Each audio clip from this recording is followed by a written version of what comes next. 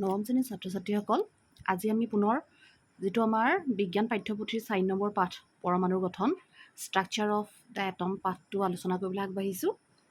তাৰ আজি আমি পাৰমাণৱিক সংখ্যা কি, ভৰ সংখ্যা কি, সমস্থানিক, সমভাৰী এই বিষয়কেইটাৰ ওপৰত আলোচনা কৰিবলৈ আগবাঢ়িছোঁ। এতিয়া প্ৰথমতে আহিলে যে পাৰমাণৱিক সংখ্যা আৰু ভৰ সংখ্যা, atomic number and much number.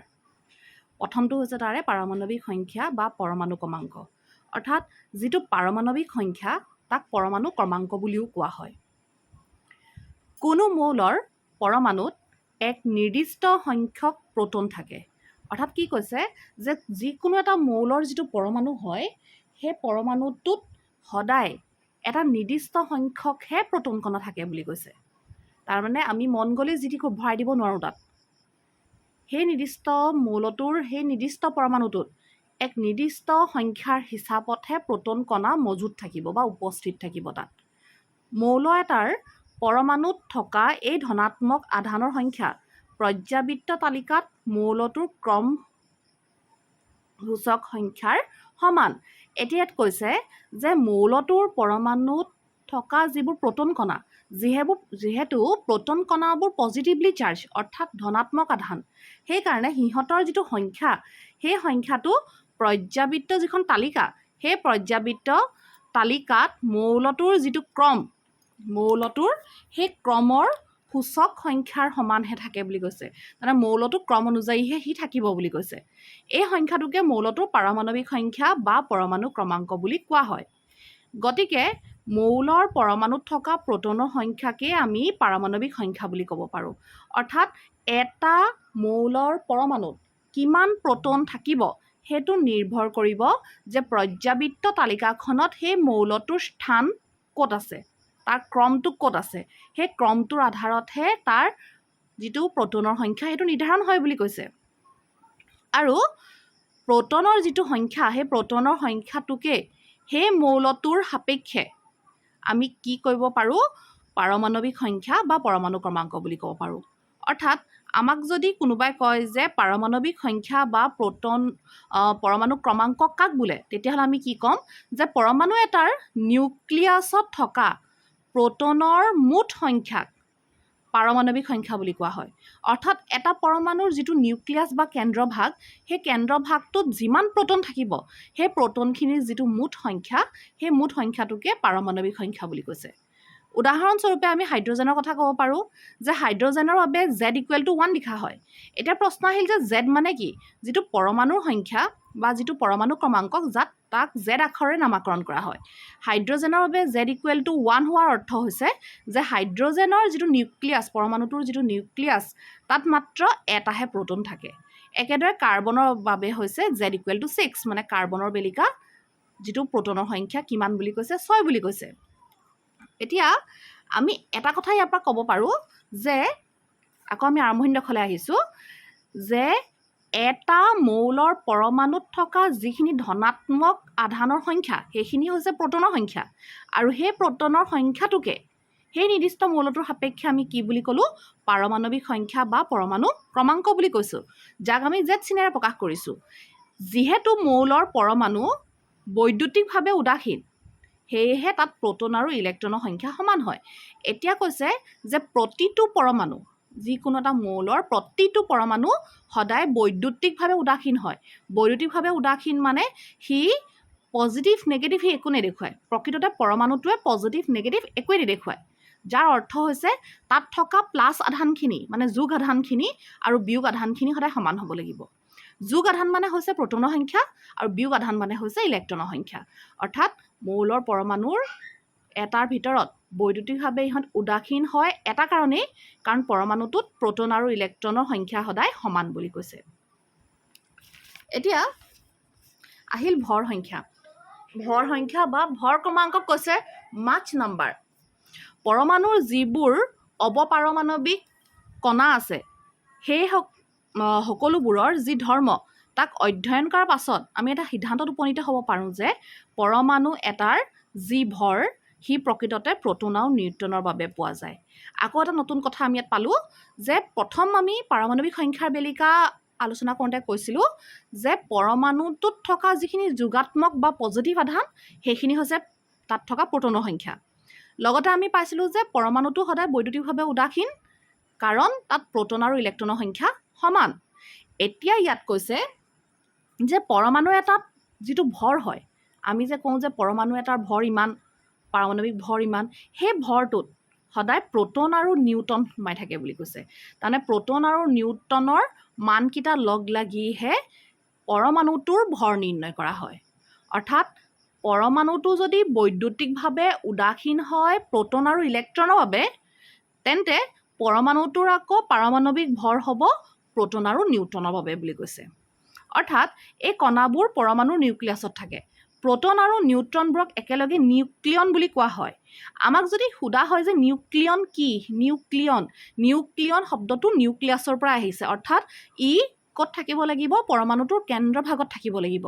আৰু পৰমাণুটোৰ কেন্দ্ৰভাগত থকা বা একেলগে থকা প্ৰটন আৰু নিউট্ৰনৰ কণাবোৰক একেলগে নিউক্লিয়ন বুলি কোৱা হয় বুলি কৈছে। অৰ্থাৎ আমি ক'ব পাৰোঁ যে পৰমাণু এটাৰ ভৰ তাৰ নিউক্লিয়াছত থাকে। তাৰমানে পৰমাণুটোৰ ভৰ ক'ত কেন্দ্ৰীভূত হৈ থাকে? সেই পৰমাণুটোৰ যিটো নিউক্লিয়াছ, সেই নিউক্লিয়াছটোতে কেন্দ্ৰীভূত হৈ থাকে। উদাহৰণস্বৰূপে যদি কাৰ্বনৰ ভৰ 12U হয়, ইউ হৈছে একক, ইউনিট। ইউ শব্দটো আহিছে ইউনিটৰ পৰা।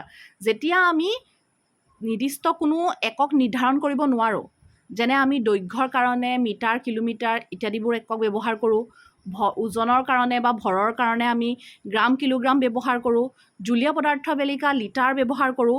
তেনেদৰে যেতিয়া আমি নিৰ্দিষ্ট এটা একক ব্যৱহাৰ কৰিব নোৱাৰা অৱস্থাত থাকোঁ, তেতিয়া তাক ইউ আখৰে নামাকৰণ কৰা হয়। অৰ্থাৎ ইউটোৱে বুজাইছে যে একক, ইউনিটৰ পৰাই ইউটো আহিছে। এতিয়া কাৰ্বনৰ ভৰ 12U শব্দটোৰ অৰ্থ হৈছে কি? কাৰ্বনৰ যিটো পৰমাণু কেন্দ্ৰ, তাত 6টা প্ৰটন আছে আৰু 6টা নিউট্ৰন আছে বুলি কৈছে। এই দুইটা লগ লাগি কিমান হ'ল? 12U হ'ল বুলি কৈছে। একেদৰে যদি আমি এলুমিনিয়ামক চাবলৈ যাওঁ, তেন্তে এলুমিনিয়ামত দেখিম যে 27U। অৰ্থাৎ এলুমিনিয়ামৰ যিটো ভৰ পৰমাণুৰ, তাৰ ভৰ হৈছে 27U। তাত কিন্তু প্ৰটন 13টা আছে আৰু নিউট্ৰন 14টা আছে বুলি কৈছে। অৰ্থাৎ আমি এইটো ক'লে ভুল হ'ব যে প্ৰতিটো পৰমাণুৰে কেন্দ্ৰত থকা প্ৰটন আৰু নিউট্ৰনৰ সংখ্যা সমান বুলি ক'লে কিন্তু আমি ভুল হ'ব। যেনেদৰে আমি প্ৰটন আৰু ইলেক্ট্ৰন সমান বুলি ডাঠি ক'ব পাৰিলোঁ, তেনেকৈ কিন্তু প্ৰটন আৰু নিউট্ৰনৰ সংখ্যা সমান হ'ব বুলি আমি ডাঠি ক'ব নোৱাৰোঁ। কাৰণ এইটোৰ বেলিকা দুইটাতে সমান সমান আছিলে 6-6। এইটোৰ বেলিকা কিন্তু কি হৈছে? প্ৰটন 13টা আছে আৰু নিউট্ৰন 14টা আছে বুলি কৈছে। অৰ্থাৎ এই তথ্যখিনিৰ পৰা আমি ক'ব পাৰোঁ যে পৰমাণুৰ এটাৰ পৰমাণু কেন্দ্ৰত থকা প্ৰটন আৰু নিউট্ৰনৰ যি মুঠ সংখ্যা, অৰ্থাৎ যিমান পৰিমাণে প্ৰটন আৰু নিউট্ৰন আছে, সেই দুইখিনিৰে যোগফল যিটো, তাক আমি ভৰ সংখ্যা বুলি ক'ম। পৰমাণু এটাৰ লিপি বা সংকেত মৌলটোৰ পাৰমাণৱিক সংখ্যা, ভৰ সংখ্যা আৰু চিহ্নক লৈ লিখা হয়। তাৰমানে যেতিয়া আমি এটা পৰমাণুক লিখিম, তাত দুটা বস্তু থাকে। এটা সংখ্যা পৰমাণুটোৰ চিহ্নটোৰ বা মৌলটোৰ চিহ্নটোৰ ওপৰৰ ফালে থাকে আৰু এটা থাকে মৌলটোৰ চিহ্নৰ তলফালে। অৰ্থাৎ এনেদৰে থাকে যে মাজত থাকে চিহ্নটো, মৌলটোৰ ওপৰত এটা সংখ্যা, তলত এটা সংখ্যা। এতিয়া ইয়াৰ যিটো ওপৰৰ সংখ্যা সেইটো হৈছে ভৰ সংখ্যা। অৰ্থাৎ তাত প্ৰটন আৰু নিউট্ৰনৰ মান লগ লাগি আছে। আৰু তলৰ যিটো আছে সেইটো হৈছে পাৰমাণৱিক সংখ্যা, অৰ্থাৎ প্ৰটনৰ সংখ্যা। তাৰমানে আমি এই যিটো সংকেতটো দেখোঁ, নাইট্ৰজেনৰ বাবে যদি আমি এই সংকেতটো দেখোঁ, সংকেতটো দেখাৰ লগে লগে আমি ক'ব পাৰিম যে নাইট্ৰজেনৰ যিটো পৰমাণু, সেই পৰমাণুটোৰ পাৰমাণৱিক সংখ্যা 7 আৰু ভৰ সংখ্যা 14। এতিয়া পাৰমাণৱিক সংখ্যা যদি 7 হয়, তেন্তে নাইট্ৰজেনত থকা প্ৰটনৰ সংখ্যাও 7টা হ'ব। আকৌ যিহেতু ভৰ সংখ্যাত প্ৰটন আৰু নিউট্ৰন দুইটাই লগ লাগি আছে, আৰু প্ৰটন ইতিমধ্যে 7টা বুলি আমি গম পালোঁ, গতিকে নিউট্ৰনৰ সংখ্যাও ইয়াত কেইটা হ'ব? 7টা হ'ব। অৰ্থাৎ এটা মৌলৰ পৰমাণুৰ যিটো সংকেত, সেই সংকেতটো চায়েই তাৰ পাৰমাণৱিক ভৰ কিমান হ'ব, তাৰ পাৰমাণৱিক সংখ্যা কিমান হ'ব, তাত প্ৰটন কেইটা আছে, তাত নিউট্ৰন কেইটা আছে, এই সকলোখিনি আমি নিৰ্ধাৰণ কৰি ল'ব পাৰোঁ বুলি কৈছে। আৰু ইয়াক লিখাৰ নিয়মটো হৈছে মৌলৰ চিহ্ন মাজত থাকে, যিটো এনটো মাজত আছে, ওপৰত থাকে ভৰ সংখ্যা অৰ্থাৎ প্ৰটন আৰু নিউট্ৰনৰ যোগফল, তলত থাকে পাৰমাণৱিক সংখ্যা অৰ্থাৎ প্ৰটনৰ মানটো। এতিয়া এইখিনি হৈছে ভৰ সংখ্যা আৰু আমাৰ পাৰমাণৱিক সংখ্যা। এতিয়া আহিল আমাৰ সমস্থানিক বা আইচোটোপ। এতিয়া কৈছে যে প্ৰকৃতিত কিছুমান মৌলৰ কেইবাটাও পৰমাণু চিনাক্ত কৰা হৈছে যাৰ পাৰমাণৱিক সংখ্যাটো একেই কিন্তু ভৰ সংখ্যা ভিন ভিন তাৰমানে পৰমাণুৰ সংখ্যাটো একেই থাকিব কিন্তু তাৰ যিটো ভৰ সংখ্যা ভিন্ন হ'ব ভৰ সংখ্যা ভিন্ন হওঁতে কি বুজালে যে প্ৰটনৰ সংখ্যাবোৰ একেই থাকিব কিন্তু নিউটনৰ সংখ্যাটো সলনি হ'ব কাৰণ নিউটনৰ সংখ্যা সলনি হোৱাৰ লগে লগে প্ৰটন আৰু নিউটনৰ যোগফলকেইটাৰো পৰিৱৰ্তন ঘটিব ইয়াত উদাহৰণস্বৰূপে কৈছে যে হাইড্ৰজেনৰ তিনিবিধ পৰমাণু আছে প্ৰটিয়াম ডয়টেৰিয়াম ট্ৰিটিয়াম এতিয়া প্ৰটিয়ামৰ বেলিকা কৈছে 1H1 ডয়টেৰিয়ামত কৈছে 2H1 আৰু ট্ৰিটিয়ামত কৈছে 3H1 বাতি প্ৰতিটোৰে পাৰমাণৱিক সংখ্যা 1 কিন্তু ভৰ সংখ্যা ক্ৰমে 1 2 3 গতিকে সমস্থানিক হৈছে একেবিধ মৌলৰে একে পাৰমাণৱিক সংখ্যা বিশিষ্ট কিন্তু ভিন ভিন ভৰ সংখ্যাযুক্ত পৰমাণুসমূহক সমস্থানিক বুলি কোৱা হয় সেয়েহে ক'ব পাৰি যে হাইড্ৰজেনৰ বা হাইড্ৰজেন পৰমাণুটোৰ তিনিটা সমস্থানিক আছে প্ৰটিয়াম ডয়টেৰিয়াম আৰু ট্ৰিটিয়াম তাৰমানে সমস্থানিক কি বুলি ক'লে আমি কি ক'ম যে একেবিধ মৌল অৰ্থাৎ মৌলটো ভিন্ন হ'ব নোৱাৰে একেবিধ মৌলৰে একে পাৰমাণৱিক সংখ্যা কিন্তু ভৰ সংখ্যা ভিন্ন হোৱা যিবোৰ পৰমাণু সেইবোৰকে আমি সমস্থানিক বুলি কৈছোঁ এতিয়া চাওঁ যে এই যে আমি ক'লোঁ যে 1H1 2H1 3H1 এইটো যদি আমি ভালকৈ চাওঁ তেতিয়াহ'লে ইয়াত আমাৰ কি হৈছে যে এইটো হৈছে প্ৰটিয়াম এইটো হৈছে ডয়টেৰিয়াম আৰু এইটো হৈছে ট্ৰিটিয়াম আমি ইয়াৰ আগৰ সেইটো আলোচনা কৰি আহিছোঁ ভৰ সংখ্যা বেলিকা যে মাজৰটোৱে কি বুজায় সদায় মৌলটোৰ চিহ্ন বুজায় মানে মৌলটোৰ পৰমাণুৰ চিহ্ন বুজায় এতিয়া ইয়াত হৈছে প্ৰতিটোৰে চিহ্নটো একেটাই তাৰমানে আমি গম পালোঁ যে মৌলটো কি মৌলটো হৈছে হাইড্ৰজেন বুলি কৈছে হ'ল এতিয়া তাৰপিছত আমি কৈছিলোঁ যে যিটো চিহ্ন হ'ব মৌলটোৰ চিহ্নটোৰ তলত সদায় কি থাকিব পাৰমাণৱিক সংখ্যা মানে প্ৰটনৰ সংখ্যা ইয়াত প্ৰতিটোতে কি লিখা আছে 1 অৰ্থাৎ প্ৰতিটোৰে পাৰমাণৱিক যিটো সংখ্যা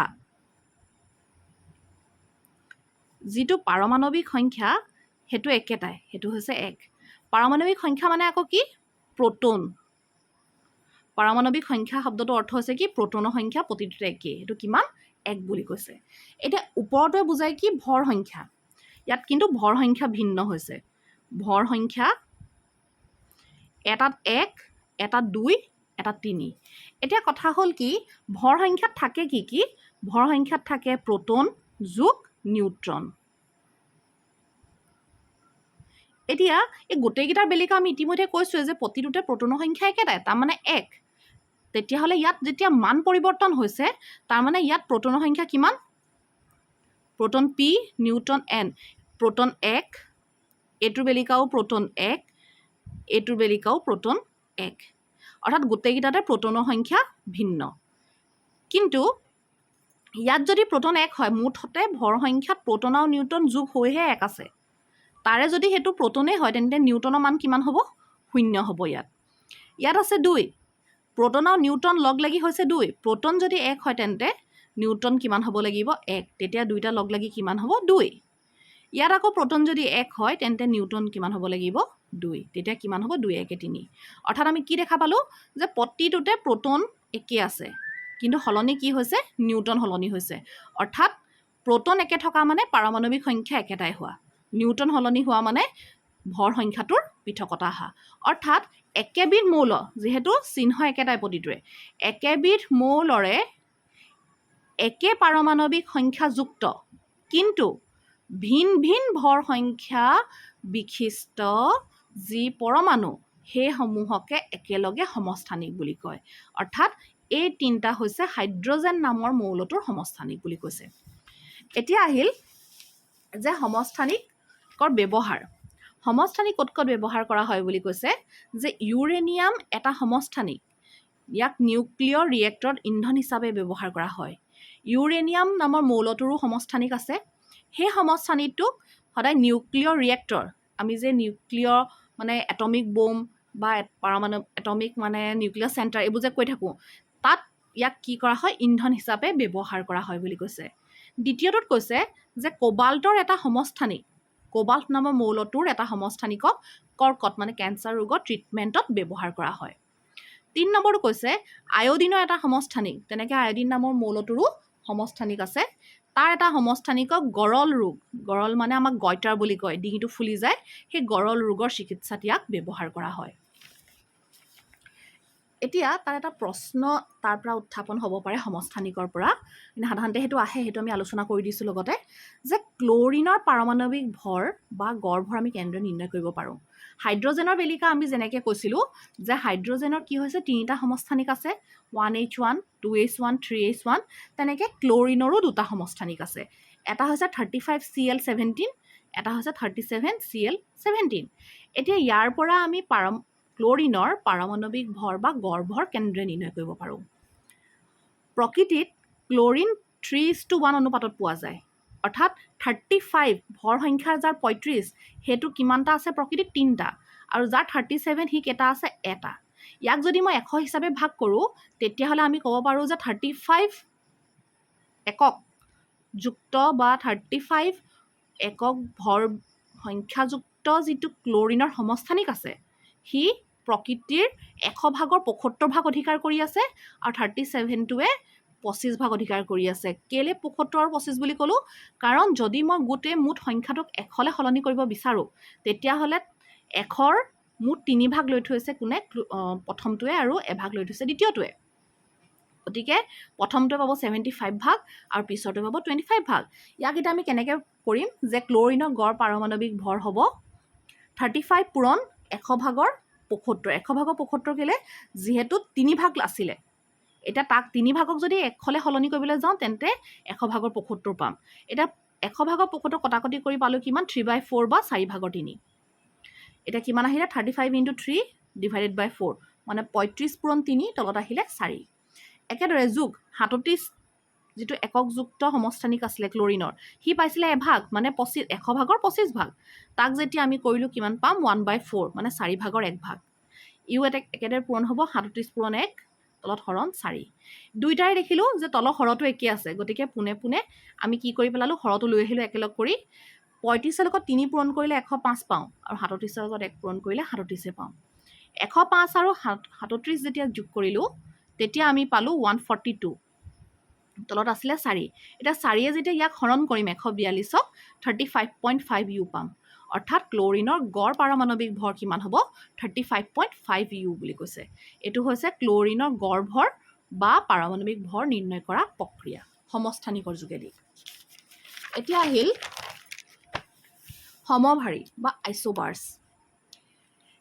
ইয়াত আমাৰ দুটামান উদাহৰণ প্ৰথম আমি ধৰি লৈছোঁ যে কেলছিয়াম নামৰ যিটো মৌল আছে, সেই কেলছিয়াম মৌলটোৰ পাৰমাণৱিক সংখ্যা হৈছে 20। আকৌ আৰ্গন নামৰ মৌলটোৰ পাৰমাণৱিক সংখ্যা হৈছে 18।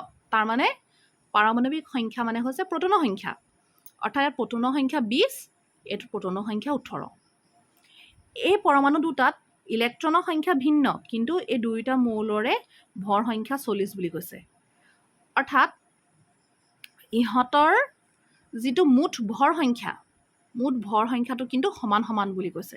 অৰ্থাৎ এই মৌলবোৰৰ পৰমাণুত নিউক্লিয়নৰ মুঠ সংখ্যা একেই। ইয়াত মোৰ এটা বস্তু অলপ ভুল হৈ গৈছিলে দেই, এইটো প্ৰকৃততে ইলেক্ট্ৰন নহয়। এতিয়া কেলছিয়ামৰ যিহেতু প্ৰটন সংখ্যাকেইটা ইয়াত একে বুলি উল্লেখ আছে, আৰু দুয়োটাৰে কি হৈছে যে ভৰ সংখ্যাটো একে বুলি উল্লেখ আছে। ভৰ সংখ্যাটো একেই, কিন্তু সলনি কোনটো হৈছে বুলি কৈছে, কেৱল প্ৰটনৰ সংখ্যা। গতিকে এইটো প্ৰটনৰ সংখ্যা হ'ব।